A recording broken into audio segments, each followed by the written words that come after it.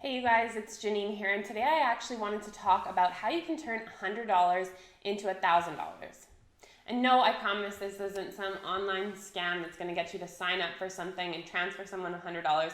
These are tactical ways that you in your life can take $100 and make an investment in yourself and turn that into $1,000 worth of income.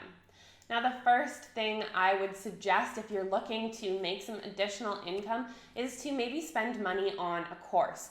This could be a course in something that you're interested in, and you might be able to take that knowledge and either create something or turn that into some way to teach people about the subject matter that you just learned about.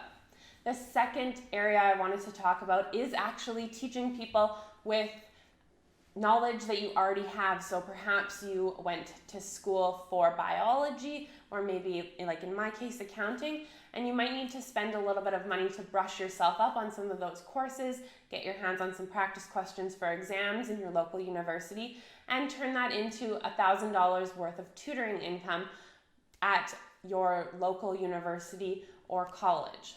The third thing I wanted to mention is spending that $100 on materials to start an online shop. So whether that's a thrift shop that you could be using Instagram for if you have a following, or perhaps materials to start an Etsy shop, spending $100 on something that you can turn into a good that you can actually sell is a great way to use that $100 to make more money. Lastly, you may consider actually spending $100 on advertising, whether that's through Google or Facebook, or an ad in your local maybe newspaper or in your local school or community center, so that you can generate more leads and income in your business and leverage that $100 investment to hopefully turn it into $1,000 worth of leads.